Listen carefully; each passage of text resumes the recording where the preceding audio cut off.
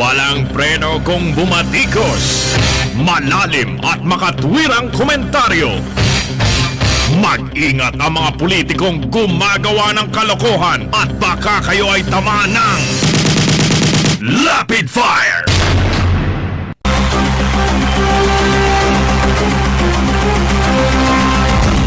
Nitignan ko lang kung live tayo. Real time. Mga kaibigan, merong unprecedented na desisyong inilabas ang Korte Suprema. Ito ho'y kaugnay ng drug war. Mga kaibigan, ang sabi ng Korte Suprema, yun daw drug war na bumabaliwala sa karapatan ay isa pong war o gyera laban sa mamamayan. Madalit sabi, hindi ho laban sa droga ang gyera, laban sa mamamayan. Basta't ang karapatan po ay hindi isinaalang-alang o binabaliwala, nilalamukos ang batas. Yan ho'y ayon sa desisyon ng Korte Suprema sa nabaliktad na desisyon ng hatol po sa isang nahulihan di umano ng marijuana. Madalit sabi, simple lang yan. Kung talagang drug war yan, hindi mo pwedeng baliwalain ang batas. Ang tawag dyan, extrajudicial killing talaga. At ang mga cabinet officials na nagsabing sila'y sasailalim sa quarantine, bagamat hindi naman pinangalanan kung sino-sino itong mga cabinet officials na ito, ano ho kaya yan? Talaga bang quarantine yan o kanya-kanyang tago? Taguan na ba? Taguan na ba yan o para ika nga paghahanda? Paghahanda saan? O bahala kayo. Malay ko dyan. Kailan kaya manunumpa? Mamaya na yan. Bong Revilla isinugod po sa ospital matapos pong magpositibo sa COVID-19. Isinugod sa ospital si Bong Revilla. At mga kaibigan, yun daw pagbiyaheng napapabalita sa Singapore sakay ng isang jet ambulance. Hindi raw totoo yun, sabi ni Presidente. Alam nyo, sabi niya, it's none of your business. Ba ibig sabihin nun? Wala kayong negosyo. Alam nyo naman ako sa English, mahina ako dyan. Sabi naman itong si Berhere ng Department of STH. Kwan daw ho, maaring mali yung resulta ng testing kay Anyo tungkol sa siya'y nagpositibo. Ibig sabihin, hindi talaga positive. Ganun ba yun? Sabi ko nga, baka nagtatago lang. Sabay-sabay sila nag-quarantine eh.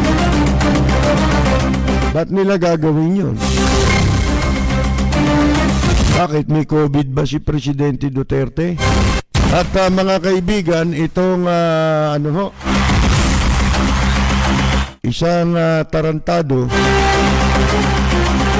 na ika nga po numero unong mapaggawa ng fake news, paninira, pambababoy, pambabastos, nagpositibo po sa COVID-19.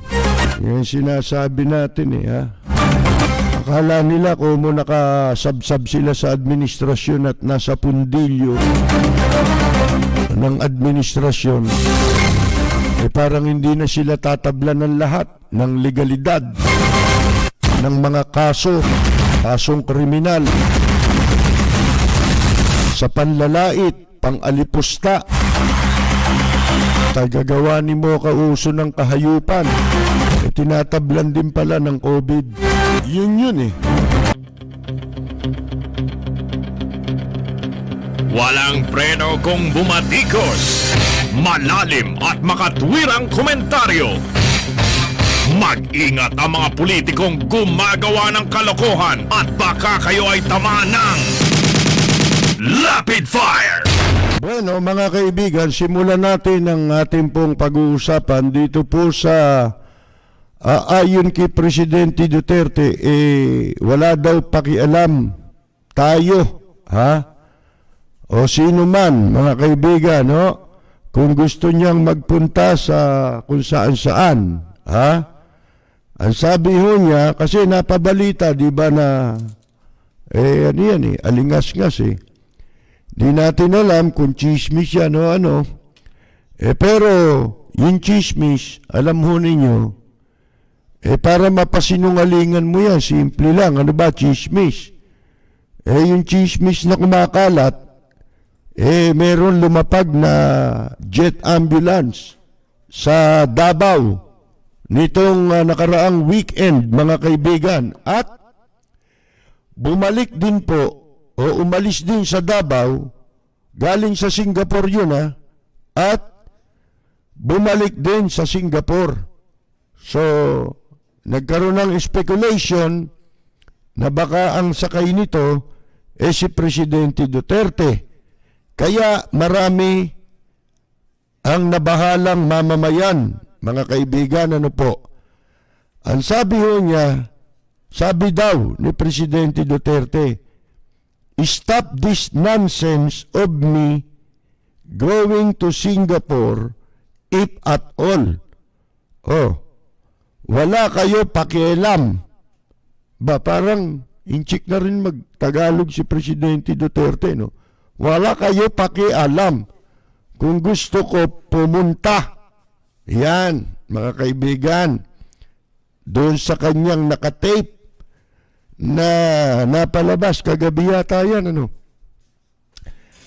At sinasabi niya hindi raw totoo na siya po ay inilipad sa Singapore. Pero itong mga ito, una, yung videotape. Hindi natin malamang kung kailan tinape yun. Di ba? Siyempre, pag tinape, advance yun. Sabi niya pa if you want, if I want. Kung gusto ko niya. If I want to go to Singapore, kung gusto ko magpunta sa Singapore, I will go to Singapore. If it is a private undertaking, mapapribado man ang kanyang pakay, or if I want to attend, o gusto kong dumalo sa libing ng kaibigan, or pay a visit to the wake, o kaya bumisita sa lamay. Mahilig makipaglamay ito, no? Si Presidente, kasi gabi lamay Pag sa umaga, hindi lamay yun no? I will go there. Fly in, fly out. So, yun ang ibig sabihin. If I want to leave, I will leave. Kung gusto niya raw umalis, siya alis.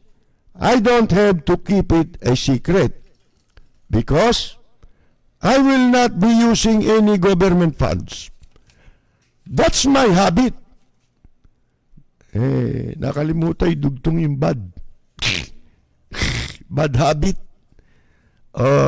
Mga kaibigan. Bueno, doon tayo sa sinasabi niyang, ito pa pala, may karugtong pa pala yun. I am under no obligation to travel in secret and not telling the Republic at all. I am a citizen of this country. The right to travel is guaranteed. If it is guaranteed for you, it's guaranteed for me. Mga kaibigan. Hindi ka naman ordinary citizen Di ba? Tama yun, citizen ka nga dito, pero hindi ka ordinaryong citizen. At ang tao, ang publiko, ay laging may pakialam sa kung sino man ang presidenteng nakaupo. Di ba? Dahil ikaw ay presidente ka. Especially ngayon na ika nga may hawak pang dyaryo. Pakita mo nga yung mga may hawak ng dyaryo. Nasa Davao daw. O ito, pakikita ko sa inyo sa mga nanonood ngayon. Yan, mga alisin yan ha. O, makikita ninyo dyan, ultimo si Elvis Presley po, merong hawak na kopya ng Manila Bulletin na latest issue. Diba? Ngayon, sino pa nandiyan? Si Dolphy, nilagyan ng ng Manila Bulletin, may hawak, kumakamay kay Pinoy, di ba? Si Hitler, may hawak ding Manila Bulletin. Di ba? Ngayon, kinakaila na may karamdaman si Presidente Duterte kahit na hindi natin nakikita.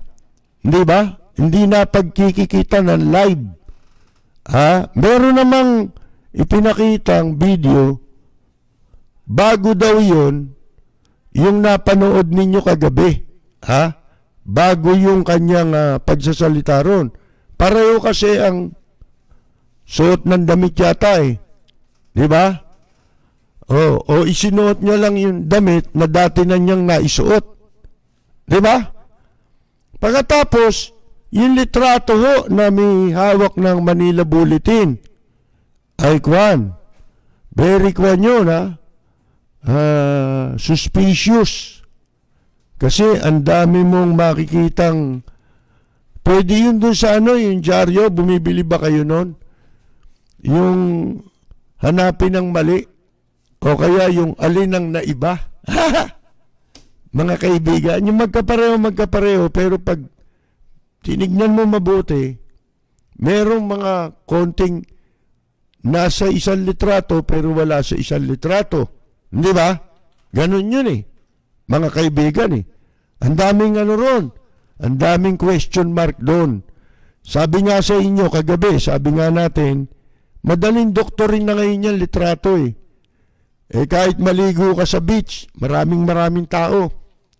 Lahat ng taong yun, pwede mong tanggalin yun nang hindi maapektuhan yung yung dagat. Nagsiswimming ka sa dagat. Hindi maapektuhan yun. At pwede mo rin palitan ng tao yung mga nando doon. O kaya, ikaw mismo palitan kung ikaw ay nasa litrato. Pwede lahat yun ngayon. Kaya ang sabi natin, wala nang pinakamagandang makapagpapatunay para pabulaanan na merong hindi magandang o nasa hindi magandang kalagayan si Presidente Duterte.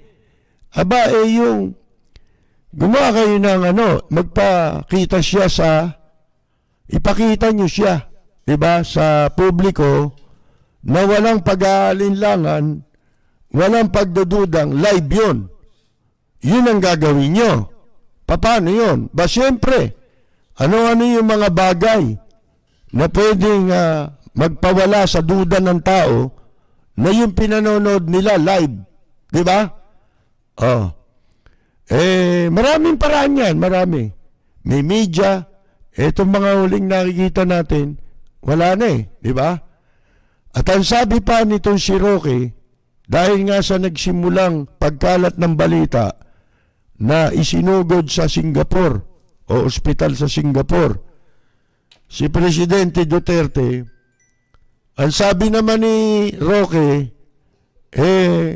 nasa mabutihan niyang kalagayan at nasa perpetual isolation.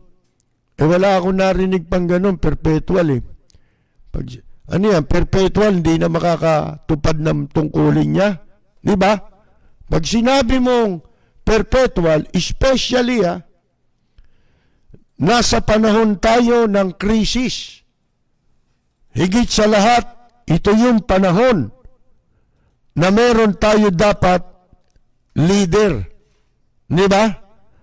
Na ika nga po, alam nating hindi ko sinasabing paman. Sabi ko nga sa inyo kagabi, Sino ba naghahangad na magkasakit siya?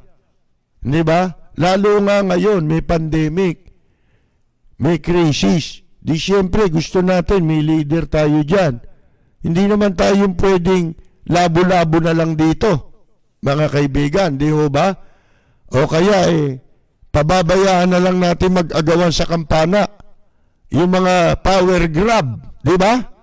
Yung gustong umangkin ng pwesto na wala naman silang karapatan sa ilalim ng batas. Halimbawa, ang may karapatan lang, ano't ano pa man ang mangyari, yung susunod kay Presidente Duterte. Sino ba ang dapat sumunod sa kanya?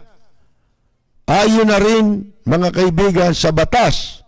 Pag ayon sa batas, siya yun. Vice President Leni Robredo. Yung sinasabi natin power grab, ang gagawa nun, yung wala sa tinutukoy. O kaya, hindi sila yung next in line. Doon po sa rule of succession. Kasi pag rule of succession, Vice President ang susunod. Pag wala ang Vice President, Senate President, di ba? Tapos House of Speaker of the House. Pag wala pa rin 'yon, yung kaya siguro panay ang depensa ni ni Tito Soto, hindi naman siya kasali sa usapan, lahat sinasalihan, mga kaibigan. Para kang yung tutang karihan ni Mocha Uso na yun, na COVID. Ha? Sabi kasi, huwag kayong sabat ng sabat sa usapan ng matatanda. Ito yung mga isyong di nalaman, sabat na sabat Ngayon, ito, basahin natin ang saligang batas. Kung totoo, yung sinasabi ni Presidente Duterte, hindi totoo yun na tayo walang pakialam kung ano ang gawin niya, umalis siya o kaya ma-hospital siya. Hindi natin alam kung ano kalagayan ng kondisyon niya sapagkat tila hindi na nagpapangsyon ng gobyerno. Kaya kung ano-ano na lang ang sinasabi nitong mga tauhan niya. Iba-iba ang pinagsasasabi. Ngayon, alamin natin. Para malaman natin, basahin natin ang batas. Sapagkat mali ang sinasabi ni Presidente Duterte na it's none of your business o wala tayong pakialam kung ano gusto niyang gawin. Kaya pumunta siya, kaya hindi, kaya anuman, lumayas man siya rito sa Pilipinas, wala raw tayong pakialam. Totoo ba yun? Ito, batas ang tanungin natin. Ang ating saligang batas. At aalamin natin,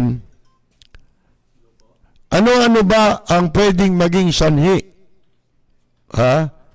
na ang presidente palitan ng vice president. Yan, Ngayon, ito.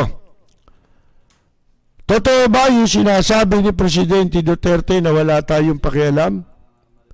Ito, sasagutin tayo ng ating saligang batas. Sa ating pong saligang batas sa Article 11. Ang tawag po dito ay accountability of public officers. Ano yan? O on the air? May gusto daw po siyang sabihin. O di i-on the air natin. Sandali, mayroon tayong tawag sa telepono at masubok na rin natin itong ating dito kung ito'y mapapakinggan. Hello? Yes po. Yes, good evening po. Magandang gabi po. Sino po ba ito? Si Anton po, ito ng taytay ko. Nako, Anton, tsaka ka na tumawag at importante itong pinag-uusapan natin, ha?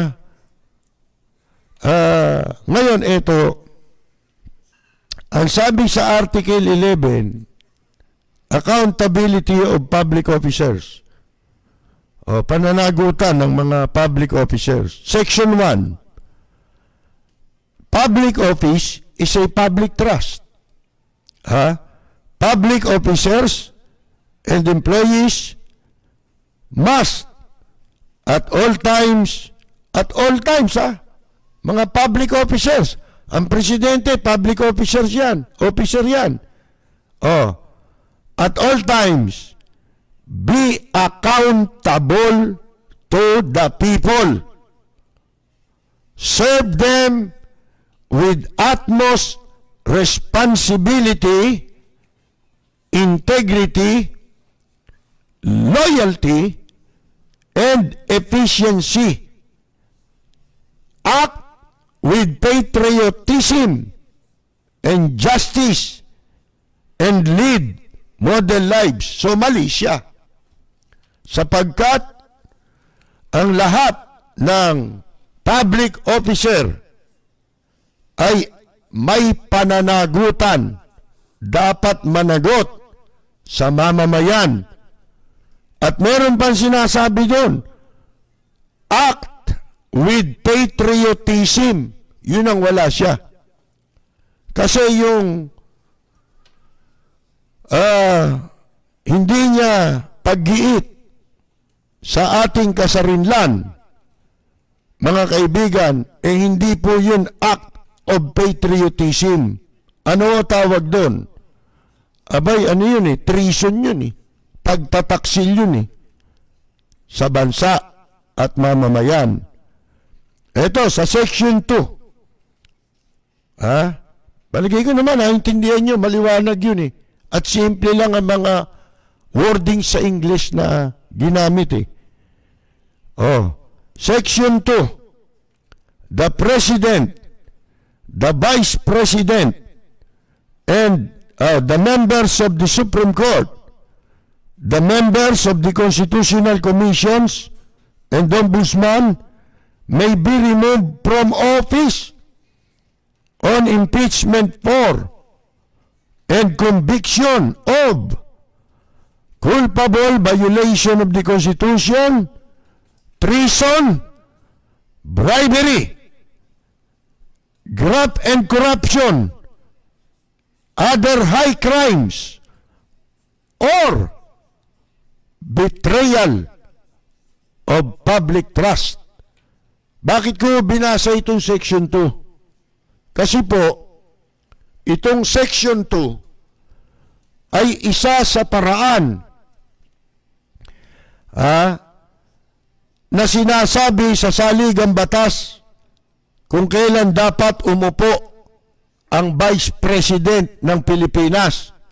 Kapag ka, ang isa dyan kapag ka ang Presidente ay napatalsik sa pwesto sa pamamagitan ng impeachment.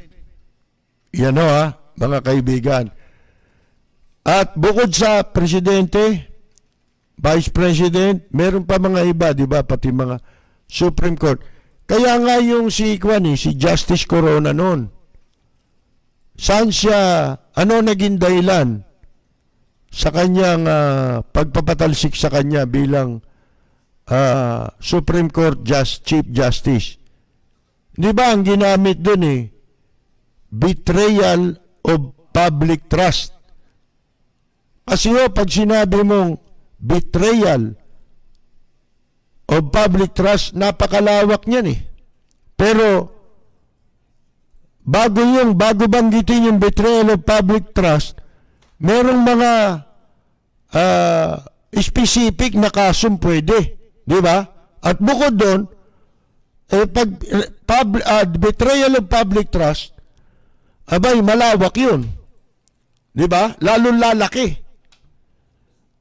Yung scope, mga kaibigan, na pwedeng gamiting basihan para ma-impeach ang isang public official na binanggit dito kasama ang presidente at vice president.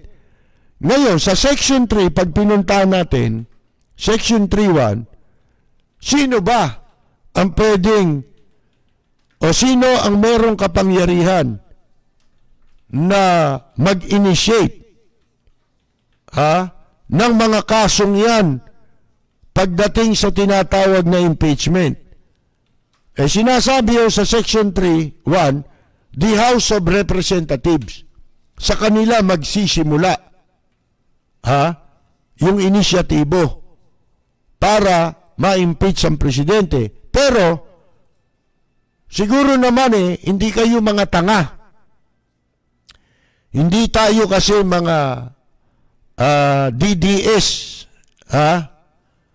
hindi tayo mga Dutertanings. Di ba ho, mga kaibigan, para hindi natin maintindihan yan. Alam natin lahat yan. Ang nag-i-impeach, House of Representatives, yung Kongreso. Pero, sabi ko nga, hindi tayo tanga para malaman natin na yung setup ngayon ng House of Representatives, yan ay rubber stamp. At hindi ho yan, alam nating hindi mangyayari na ma-impeach si Presidente Duterte kahit anong klaseng kasalanan pa, ano pang paglabag ang gawin niya. Katunayan, babaluktutin nila ang katarungan, ang batas ay babaluktutin ng Kongreso at ito ay ginawa na nila sa kaso ng ABS-CBN at sa marami pang pagkakataon, yung pagpapatalsik kay Justice Sereno na nagbabaliwala sa ating pong mga batas, lalo na sa ating konstitusyon. Hindi gagawin yan kung dyan mo aasahan na mapalitan ang presidente sapagkat hawak niya na ngayon lahat. Katunayan, ipinakita na yan ng Kongreso sa ginawa nilang pag-abuso sa kapangyarihan para tanggalan ng prangkisa o hindi i-renew ang prangkisa ng ABS-CBN. Ngayon, bukod sa impeachment, isa lang yung impeachment para ang Vice President of the Philippines ang siyang pumalit sa pwesto. Ano-ano pa ang paraan na sinasabi o nasasaad sa batas? Mga kaibigan, binanggit na natin kagabi, in case of death, sabi sa Article 7, Executive Department, Article 7, Section 8 ng ating saligang batas. Ang sabi dito, in case of death, permanent disability, removal from office. Yung removal from office, ano yun impeachment pero may nangyaring removal from office, hindi impeachment. People power. Di ba? Kaya sa removal from office, pwedeng people power, pwedeng impeachment. Bakit pwede ang people power? Pag wala nang magawa tao Di ba? Wala na silang maaasahan na makikinig. Kaya nangyayari yung people power sa pagtanggal sa presidente. Ang nangyayari, mga kaibigan, nagkakaroon ng ibang paraan bukod sa impeachment. Yung tinutukoy ditong removal from office. Or resignation. O bilangin natin death, permanent disability to removal from office, pangatlo, or resignation of the president. Yung resignation, alam natin, hindi gagawin eh. Mga kaibigan eh. Di ba? Kasi, unang matatakot dyan eh. Ang talagang nag-aabuso sa kapangyarihan, yung mga nakapaligid. Di ba? Kaya hanggat maaari, kung magagawa nilang pagtatakban nila lahat. Katulad ngayon, sabi ko nga sa inyo, yung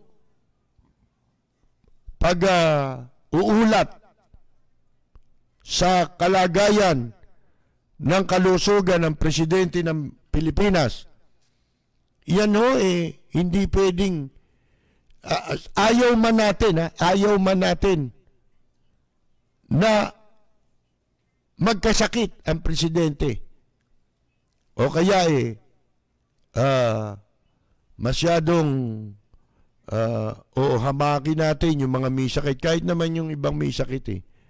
Ang problema ito, may batas eh. Ha? May tungkulin.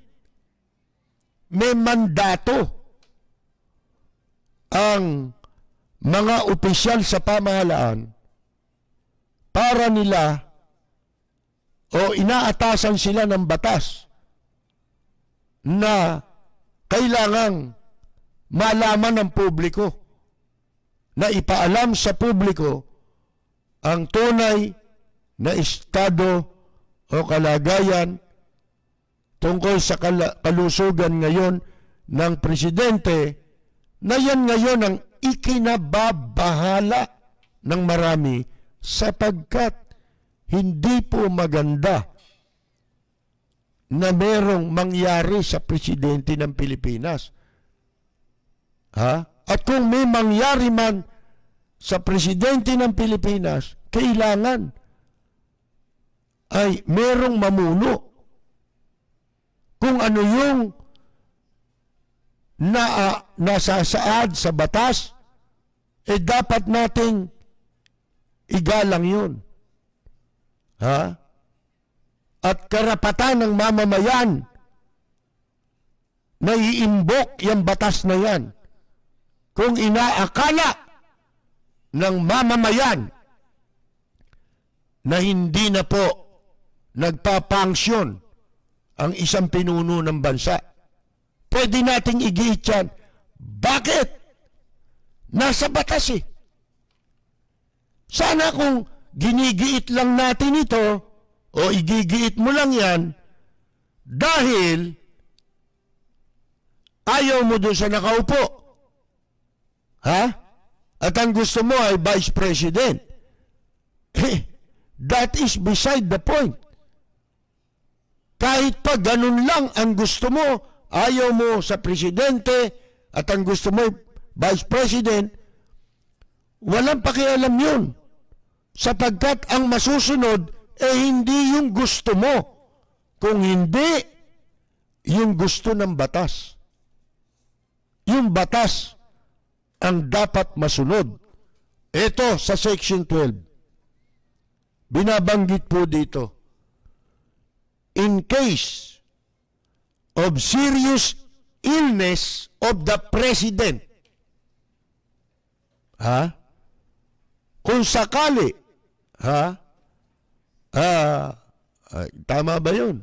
In case of serious illness, merong seryosong karamdaman ang Pangulo, the public shall be informed of the state of his health. Naintindihan nyo ba? Meron tayong karapatan taliwas sa sinasabi ni Presidente Duterte na it's none of your business. Meron pang banggit yung isang ayudante niya. Ang sabi, makonsensya naman kayo. Ba, teka muna, yung konsensya, hiwalay natin muna. dito sa sinasabi ng batas. Kasi walang nakalagay sa batas na konsensya. Ang sinasabi dito, kapag may malubhang karamdaman ang presidente, ang publiko, o dapat ipagbigay alam ang estado ng kalusugan ng presidente sa publiko. Mandate yan eh. Mga kaibigan hindi ito ayon lamang sa gusto ng kung sino-sino. Meron tayong batas at hindi rin totoo ang sinasabi ni Presidente Duterte na wala tayong pakialam. May pakialam tayo. Mga kaibigan, ano pa sabi rito sa Section 12? Karugtong, the members of the cabinet in charge of national security and foreign relations. O ibig sabihin and the chief of the staff of the armed forces of the Philippines shall not be denied access to the president during such illness. Mga kaibigan, ang may tungkuling magpaalam niyan sa publiko ay itong mga miyembro ng gabinete na naatasan ng National Security and Foreign Relations, yung Chief of Staff ng Armed Forces, si Hermoene Sibdani yung National Security. Bata ni Gloria yan. Foreign Relations, ba si ano yan? Si Boy Finger na umiiyak na sa kanyang speech. Imbes na i-welcome yung OFW, yung speech niya tungkol sa kay Presidente Duterte, naiyak pa siya. Di ba? Pinagmamalaki niya raw, honor daw siya. Na siya'y nakapaglingkod sa pinakamagaling daw na presidente. Mga kaibigan. Ibig sabihin, shall not denied access to the president during such illness.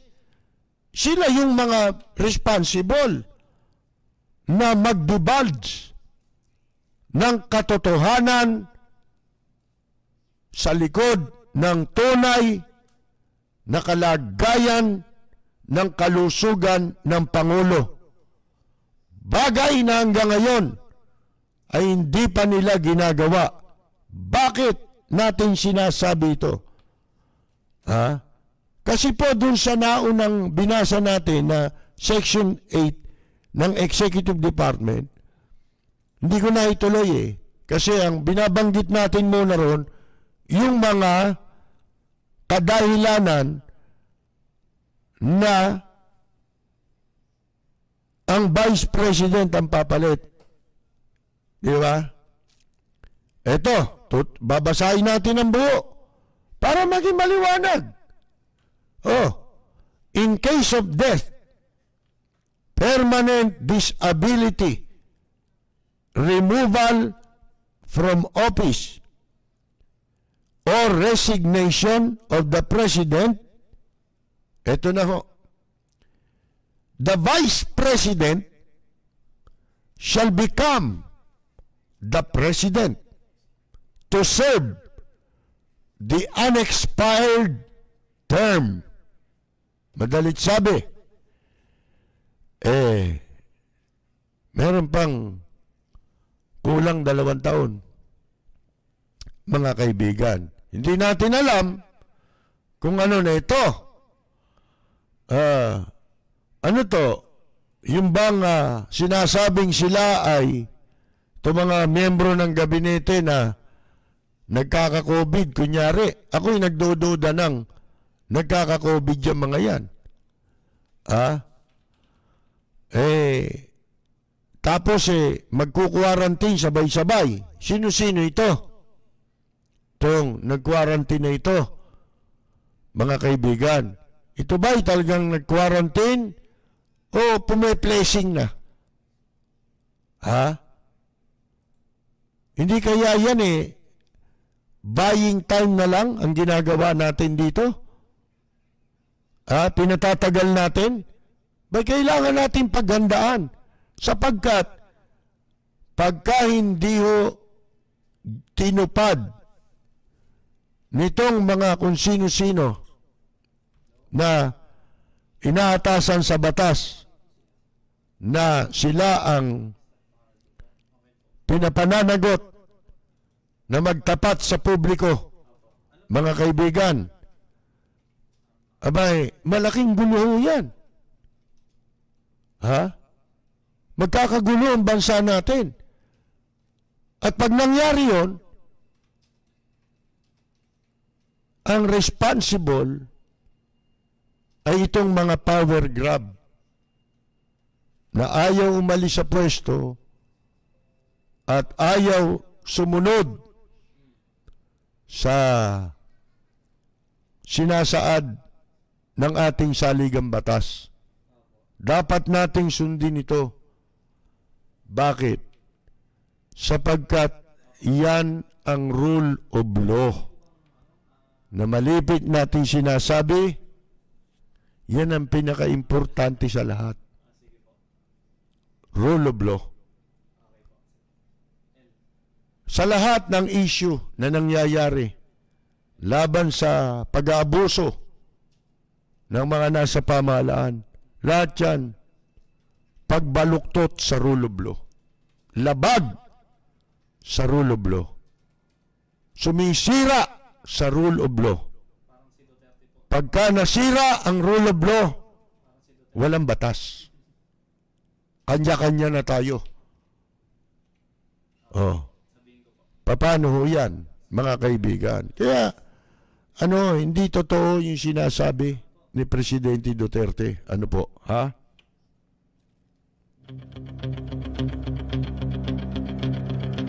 Walang preno kung bumatikos. Malalim at makatwirang komentaryo. Mag-ingat ang mga politikong gumagawa ng kalokohan at baka kayo ay tamaan ng Lapid Fire! Ito namang si Roque na walang sensibilidad. Mga kaibigan, di ba sinabi niya na 45%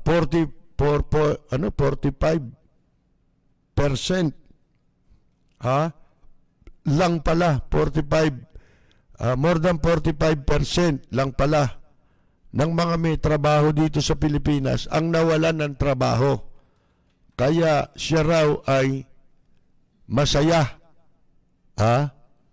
Buti raw hindi 100%. Ba kailangan maging utang na loob pa sa kanya? Ganun ba ibig niya sabihin? Maging utang na loob nyo na hindi naging 100%. Ang jobless sa Pilipinas at 45% lang, mga kaibigan. Ilang milyon yun? 27 milyon mahigit? Sabi niya I'm glad. Ganun ba?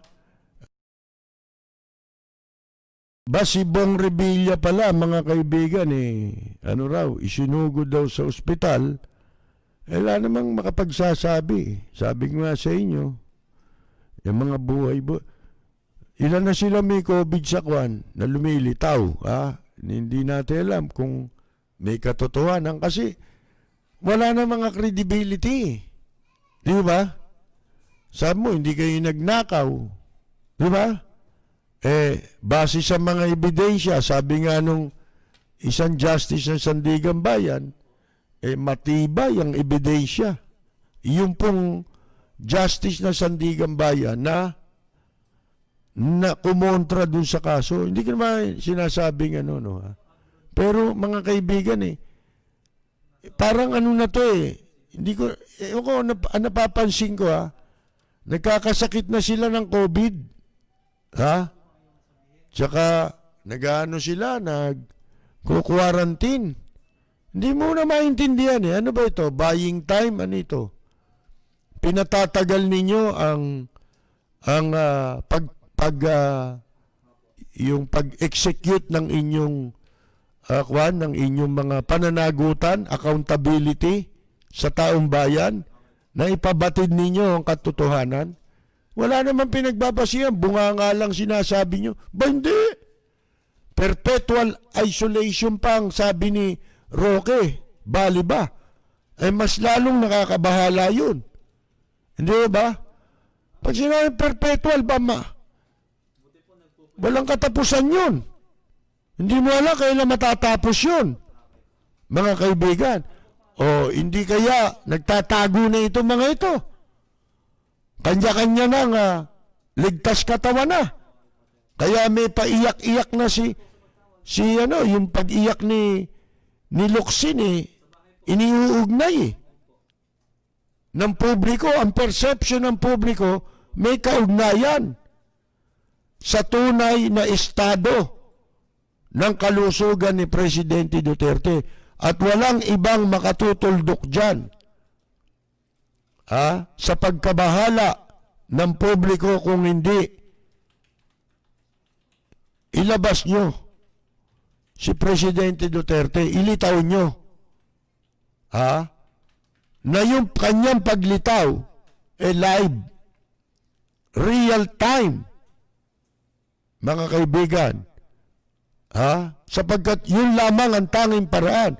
Otherwise, kinakailangan na ninyo na gampanan yung sinasabi sa saligang batas. Ano yun? Aba, ipaalam nyo sa publiko. Ipaalam nyo sa publiko. Sapagkat ang publiko ay entitled na malaman ang katotohanan. Katulad ng nasasaad sa konstitusyon, in case of serious illness of the President, the public shall be informed of the state of his health. The members, yun na yun. Yung mga cabinet na nakatalaga sa national security at foreign relations, ang chief of staff, armed forces shall not be denied access to the president during such illness. Yan, kayo ang mga naatasan dyan. Hindi pwede rito yung sisirain ninyo. Suspecha nung iba, baka niya nililihim pa nila para magkaroon sila ng panahon na makagawa ng paraan para maglumipat ng katapatan. Gagawin nilang leverage itong kanilang ang hindi pagtupad sa kanilang accountability. Ano yan? Pwede ba yan? Gagawin yung panabla ang publiko? Ang publiko ginagarantyahan ng saligang batas ang kanilang karapatan na malaman ang katotohanan sa estado ng kalusugan ng presidente kung walang malubha itong sakit. Hindi natin sinasabing may sakit. Andyan na yan Inamin na ni Roque na nasa perpetual isolation Ano ito? Lalabas yan sa buhatan yan. Mahirap po yan. Sapagkat pananagutan yung lahat yan. Di ba, mga kaibigan? Walang preno kung bumatikos. Malalim at makatwirang komentaryo. Mag-ingat ang mga politikong gumagawa ng kalokohan at baka kayo ay tamaan ng Lapid Fire! Meron pong ibinabang desisyon ng Korte Suprema, mga kaibigan, na sinasabi nilang sa drug war, ang drug war anya na bumabaliwala sa karapatan. Ang tinutukoy na karapatan dito, yung karapatan ng mga akusado o human rights. Ano ho yan? Hindi ho drug war ang tawag dyan, kundi war versus people. Sipin ninyo, ang presidente ditong decision na ito ng Korte Suprema, mga kaibigan.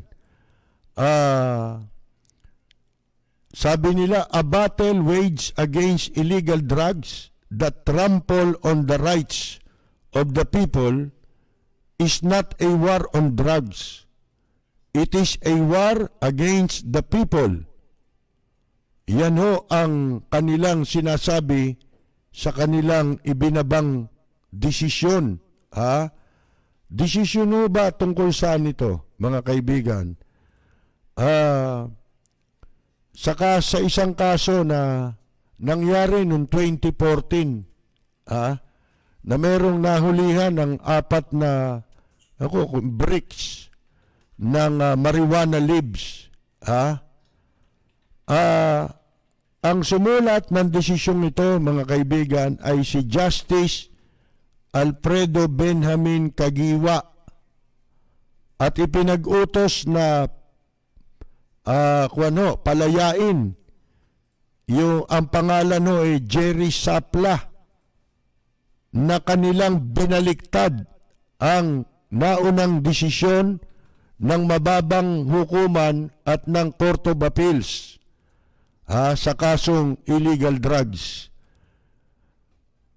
Ang sabi ng pangyayaring ito naganap noong January, na-aresto ito January 10, 2014, nahuli nga sa kanya yung sinasabing yon, at ibinase ang pag-aresto. Ang basihang ginamit sa pag-aresto rito ay yung anonymous call. Merong hindi nagpakilalang tumawag at nag-text, nagpadala ng text message patungkol daw sa itatransport na marijuana mula sa Kalinga,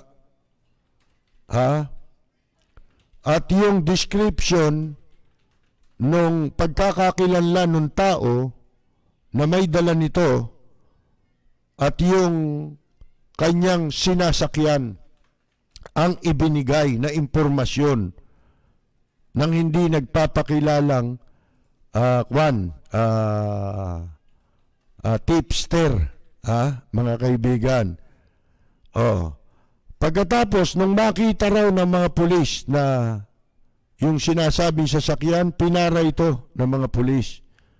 At nang makita itong si Sapla na tumutugma doon sa description ng nag-text, hinanap sa kanya, itinanong sa kanya ng mga pulis yung sako daw. At inamin daw ni Sapla na kanya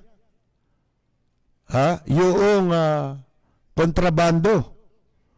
At binuksan niya sa utos ng mga pulis yung sako at natuklasan na meron itong mga marijuana bricks. Inaresto siya, eventually nakumbik, nahatulan ng Tabuk City Regional Trial Court. At yung desisyon, yung hatol sa kanya, ay kinatigan ng Court of Appeals.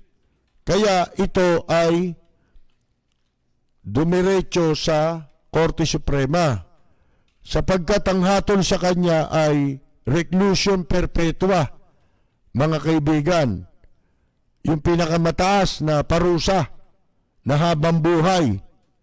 Kaya automatic yun. Kahit hindi ka umapila, automatic review ng Korte Suprema yan.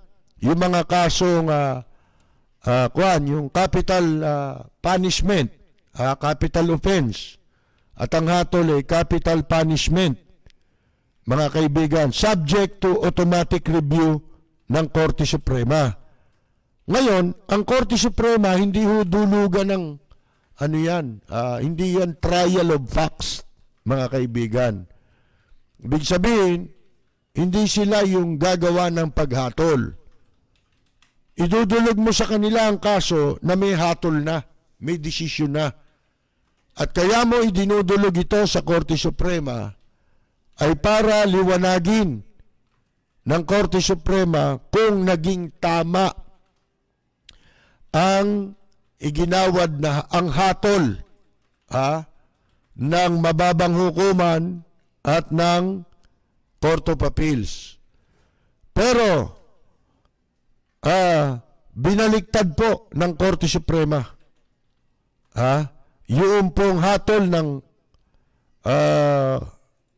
Regional Trial Court at na kinatigan ng Court of Appeals, binaliktad na ng Korte Suprema.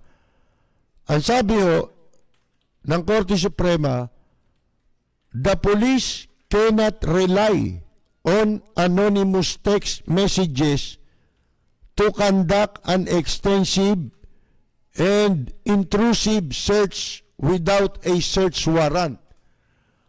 Hindi raw pwedeng pagbasihan sa paghuli, pagsasagawa ng yung pagbulatlat o kung ano man nang wala kang search warrant. Hindi pwedeng base lang. Kahit pa, halimbawa, ibig sabihin dito, kung meron nag-tip sa'yo, dapat kumuha muna kayo ng search warrant para naging legal yung inyong ginawang aresto dun sa tao. Yung pagbusisi nyo sa kanyang kagamitan. Yun yung tinatawag na search warrant. Mga kaibigan, galing sa hukuman yan. Ang naging problema rito, ang lagi nagiging problema, hindi sinusunod ng mga pulis yung kanilang yung proseso na dapat nilang ino-observe sa pag-implement ng paghuli, mga kaibigan. Ang sabi ng Korte Suprema, a tip, yung information, di ba, is still hearsay, no matter how reliable it may be, kahit pa gaano katibay ang information at pinanggalingan ng impormasyon. Ang sabi ng Korte Suprema, hearsay pa rin yan.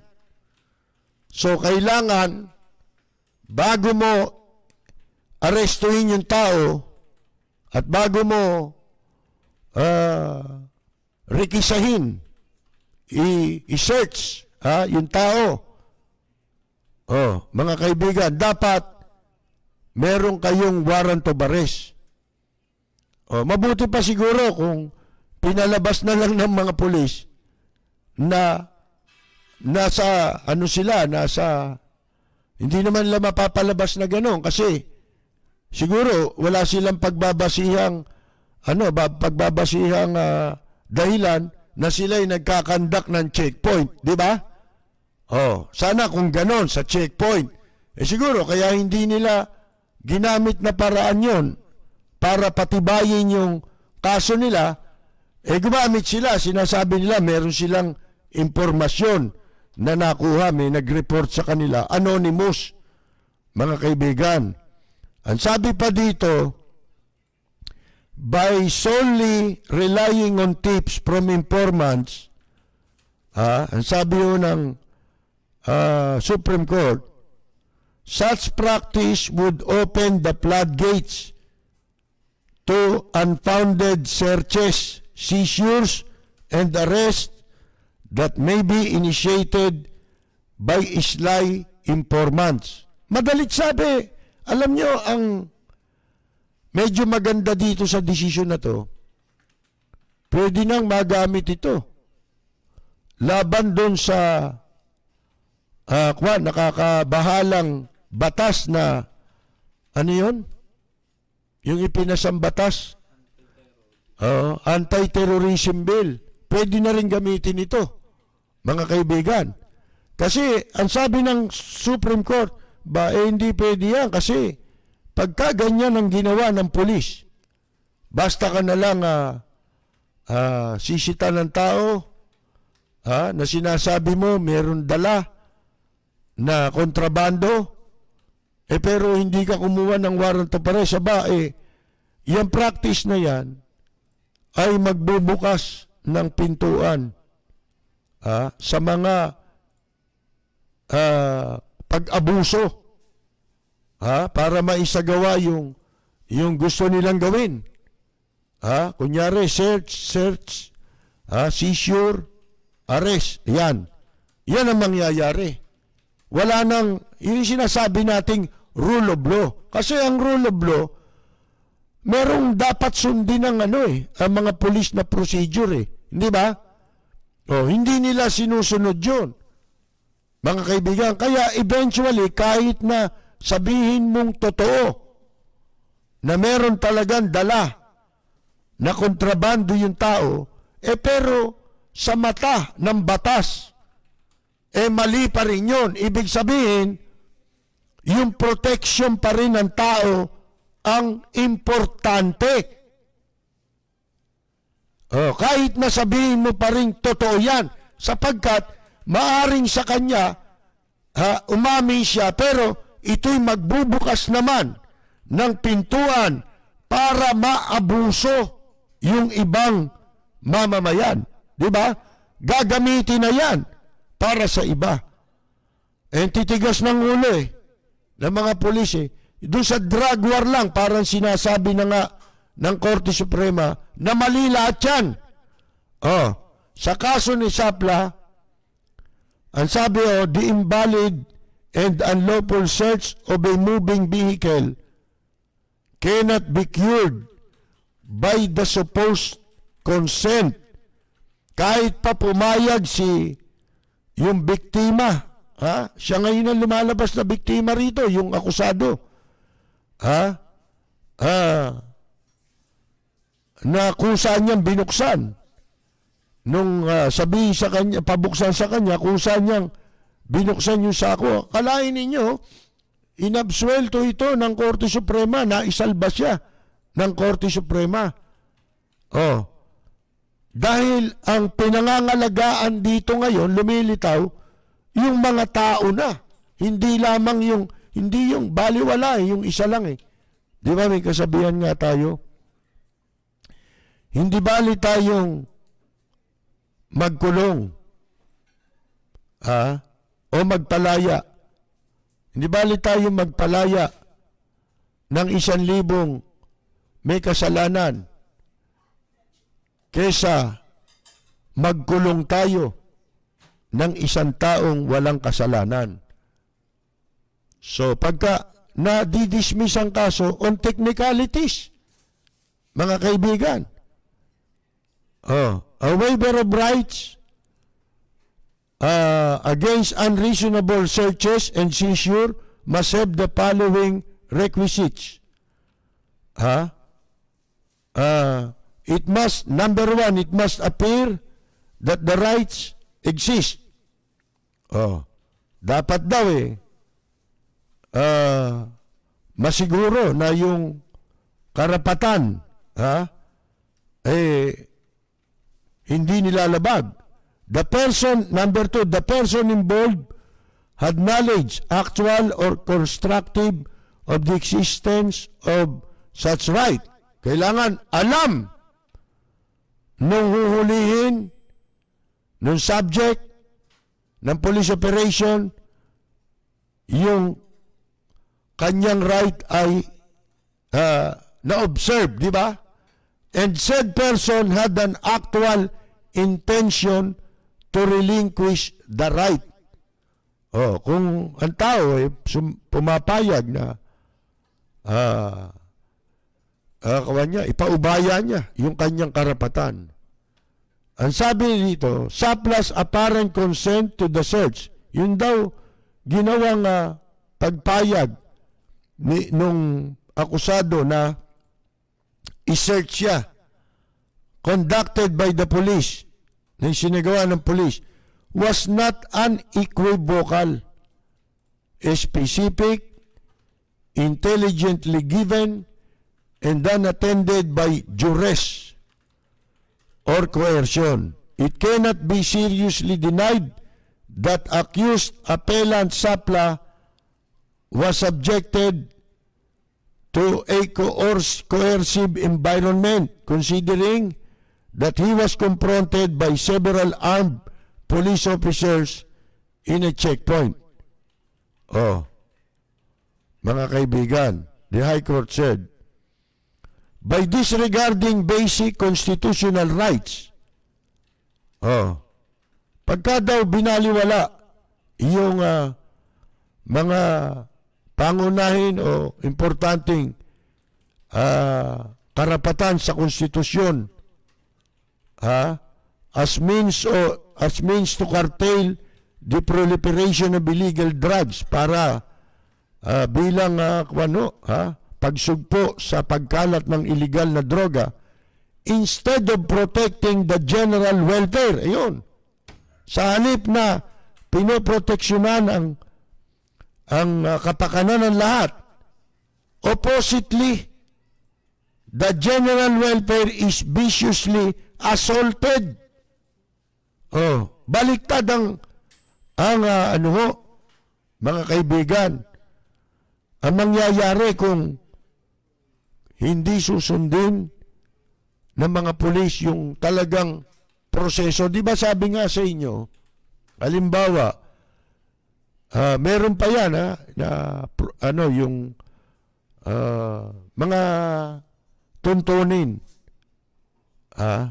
na dapat sinusunod. Kumbaga yung elements ng crime. Dapat kapag ka nagkaroon ng mga paghuli sa mga ganyan, may proseso yan eh. Lalo na sa kaso nito, merong impormasyon silang natanggap. Kung matibay yung impormasyon nila, ang dapat na prosesong ginawa ng mga pulis, nag-apply. Hindi lang sinasabi rito yun, pero yun ang procedure. Kasi ang ina-assail ng Korte Suprema dito, yung pong warrant, pag-apply ng warrant ng walang, paghuli ng walang search warrant. Mga kaibigan, hindi sila muna kumuha. Dapat nag-apply sila ng search warrant para legal na legal. Wala eh. Mabuti ito, nililiwanag ng Korte Suprema sapagkat marami ngayon ang mapapanatag ang kalooban. O sakasakali hindi basta-basta magagawa yan. At kung gagawin yan, meron ng jurisprudence. Ibig sabihin, mababaliwala kaagad ang kaso. Pero ngayon, ito ang tanong. Ang tagal na nitong kasong ito nangyari nung mahuli po ito. 2014. Tama ba? Mga kaibigan? Isipin mo, nakulong ka ng ganong kahabang panahon. 2014. 6 na taon. Mabuti na lang, mabilis. Yung pagkaka-reverse ng kaso nito, mga kaibigan. Ang tanong natin, paano kung hindi droga ka ang kaso mo, pero ganito rin ang prosesong ginawa sa'yo ng mga pulis? Tapos nakulong ka, wala kang kasalanan. Mabuti ito, maamin pa nga ito eh. Di ba? Kaya lang, mas pinahalagaan ng Korte Suprema yung karapatan ng tao at yung rule of law. Yun ang ibig sabihin, yung rule of law. Hindi mo pwedeng baguhin yun. Pag binago mo yun, wala na yung batas. Tingnan mo, baliwala. Kaya nabaliwala kaso. Hindi sinunod yung rule of law mga kaibigan. So, ang problema ngayon ito, asan ang katarungan ngayon? Paano ka ngayon, saan ka ngayon hahanap ng katarungan kapag ka nalabag ang iyong karapatan, di ba? Pagkatapos nakulong ka, lalo na kung wala ka naman talagang kasalanan. Hindi ba? Mga kaibigan, yun po ang masaklap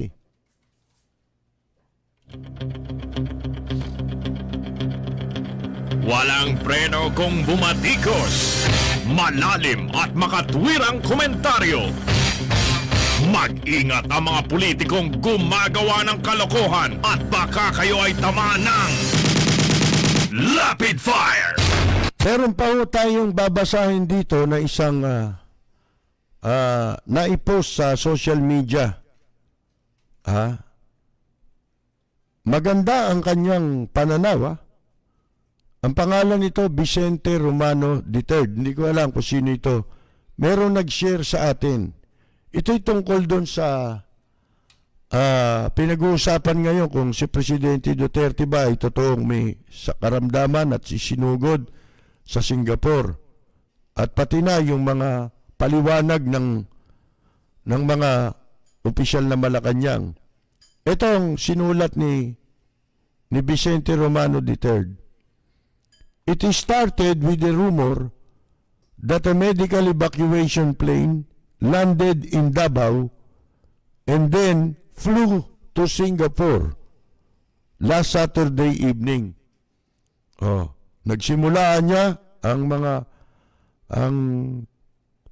rumor, chismis, na isang medical evacuation plane ang lumapag sa Davao at pagkatapos ay lumipad patungong Singapore noong Sabado ng gabi. The palace immediately denied that it was the president. Mabilis na pinabulaanan ng palasyo na si Presidente Duterte ang sakay nun. Today, sabi niya, Roque announces that Duterte is in perpetual isolation. Ngayon anyang araw, in-announce o ipinahayag ni Roque na si Duterte ay nasa perpetual isolation. Wala sa perpetual hospital Sa perpetual isolation daw na walang ibig sabihin. Inimbento ni Roque. This is laying, sabi, the groundwork for extended absence of Duterte from public view. Ayan na po. Lalong lumala. Ang sabi nito ito ay naglalatag ng mga ano ba yung groundwork para extend para pahabain yung absence, yung hindi pagpapakita ni Duterte from public view. Ayan, mga kaibigan.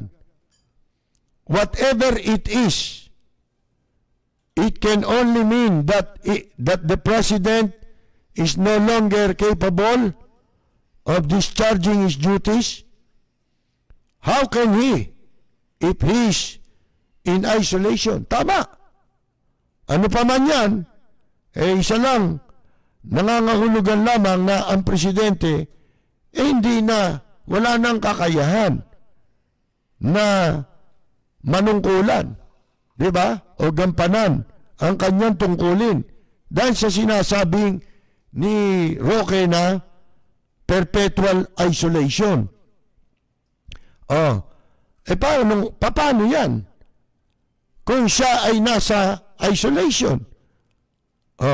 it's time for the cabinet members to declare he is incapacitated and transmit it to the Senate and Congress so that the succession process can be set in motion.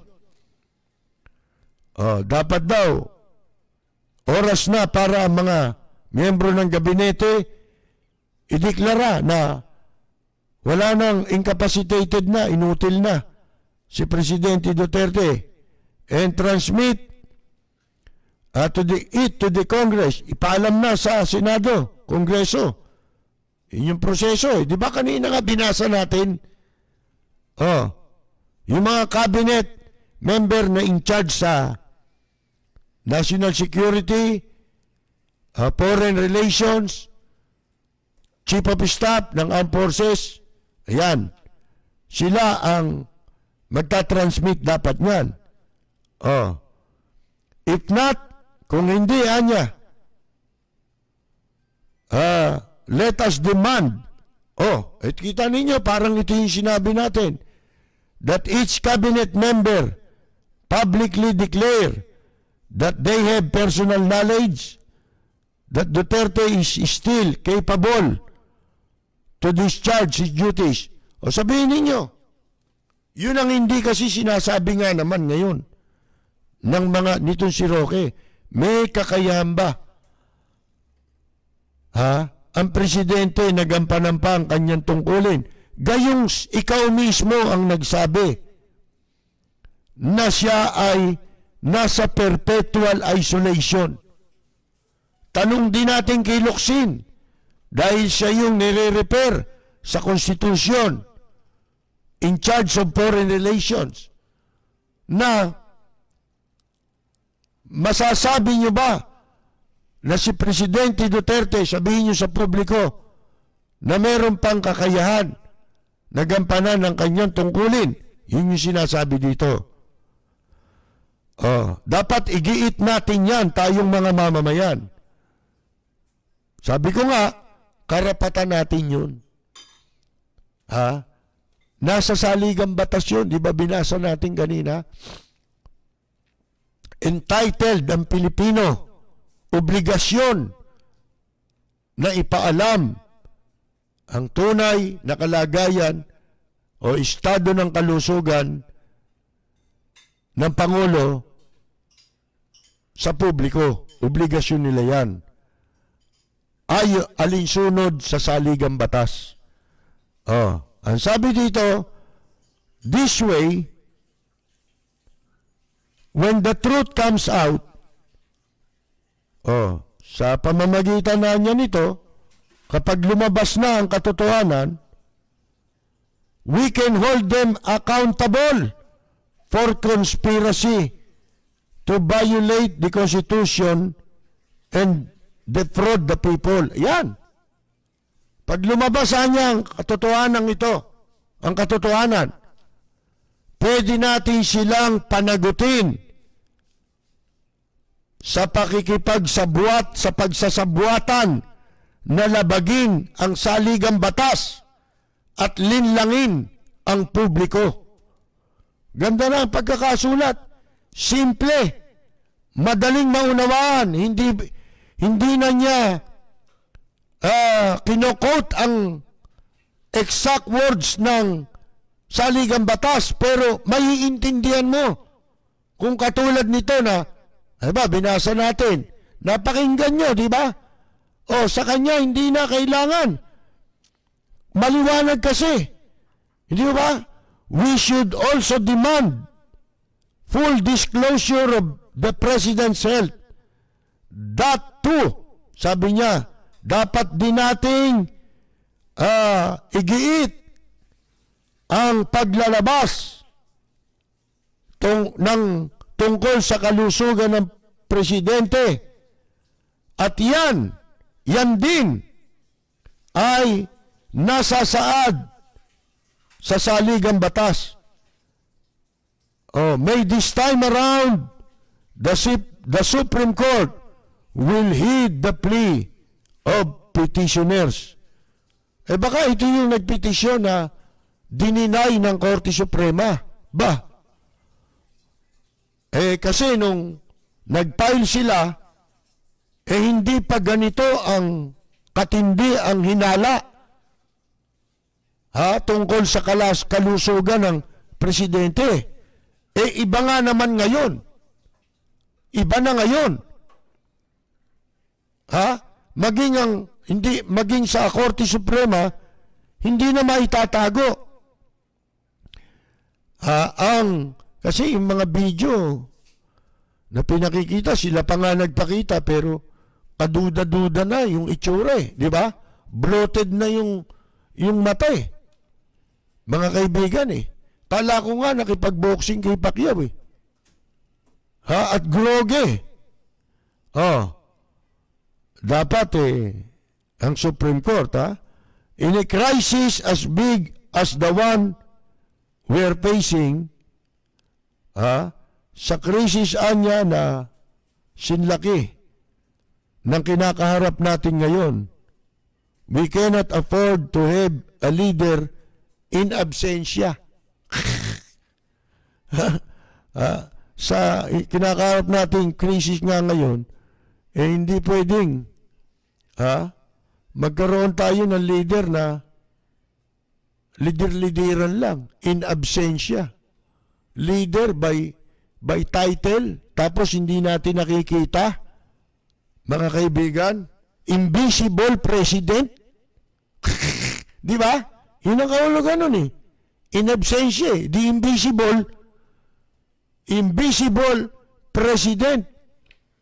Mga kaibigan, ang laki ng krisis natin na ating kinakaharap ngayon, mga kaibigan.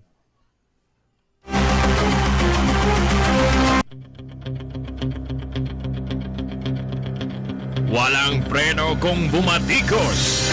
Malalim at makatwirang komentaryo. Mag-ingat ang mga politikong gumagawa ng kalokohan at baka kayo ay tamaan ng Rapid Fire! Tayo po'y nananawagan sa mga frontliner at healthcare worker, di ba?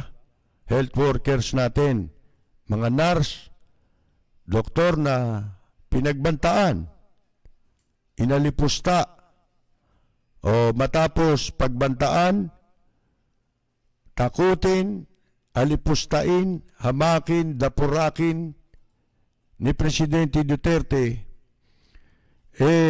sinusugan pa, idiniin pa na babuyin, bastusin ng mga Dutertanings. Mga kaibigan, nananawagan ako sa inyo na kayo na ang bahala kay Byron Cristobal. Kayo na bahala dyan. Dahil ang balita, itong si Byron Cristobal nagpositibo sa coronavirus disease. Sino ba ito? Itong Byron Cristobal tagagawa ni Mocha Uson na mga fake news. Ayan, pakita mo. Makikita nyo sa screen ang sarili niyang post. Pinagtatapat niya na noong August 6, minom siya ng gamot, kasi birthday niya, naggamot-gamot siya, akala niya hikaan niya yun, umatake hikaan niya, pero pagkatapos noon, hindi pala siya gumaling at lumala. Hanggang sa nung August 16, linggo ito, di ba? Kamakalawa, nagpa-swab test after a day o the following day, lumabas na siya positive sa COVID. Ito yung hinduropot na pinayagan doon sa kabilang istasyon na pinanggalingan natin na ika nga habang ako'y nandun, banatan ako. Pinabanatan muna ako. At bago ako sinibak doon yung programa ko, sinibak nila Dahil ito, nagbabayad doon. Black timer ito ron. Alam nyo na, kauso ng koneksyon ito, kaninong pera ay binabayad? Pera ng OWA? Ganun ba yun? Ang pangalan pala nitong hinduropot na ito, Byron Cristobal. Ngayon, pagkatapos nga ng pagbantaan itong mga health workers, hindi ba? Itong mga ito, binaboy ang mga health workers. Sinobrahan pa. Araw-araw, katulad yung ABS-CBN. Nagbo-broadcast sila, may channel ng Sky Cable. Pero, binabanatan ng ABS-CBN. Di ba? Ng mga maling, ika nga po, paratang. Mga fake news. So, ngayon, nadiskubre niya mismo na siya ay may COVID na. Pagkatapos na lumabas daw ang resulta. Mga kaibigan, ngayon, bumabanggit pa ng Diyos eh. Sino ba Diyos mong tinatawagan mo? Yung minura ni Presidente Duterte? Ni Digong nyo? Yung pinagmumura ni Digong nyo? Doon ka ngayon naniniwala? Mga kaibigan, ayan basahin, wala na. Kaya ako nananawagan sa mga health workers, bahala na kayo. Alam ko yung mga grabe ang madali naman yan, di ba? Alam nyo na gagawin nyo nandiyan pala yan Hindi ko malaman kung saan ospital lang pero lahat naman yan may health worker Basta nakita nyo yung pangalang Byron Cristobal, yan ang bumaboy sa inyo, lumapastangan sa inyo, para mapasaya nila si Digong nyo. Di ba? Yan po yung mga Dutertanings. Walang preno kung bumatikos. Malalim at makatwirang komentaryo. Mag-ingat ang mga politikong gumagawa ng kalokohan at baka kayo ay tamaan ng Rapid Fire!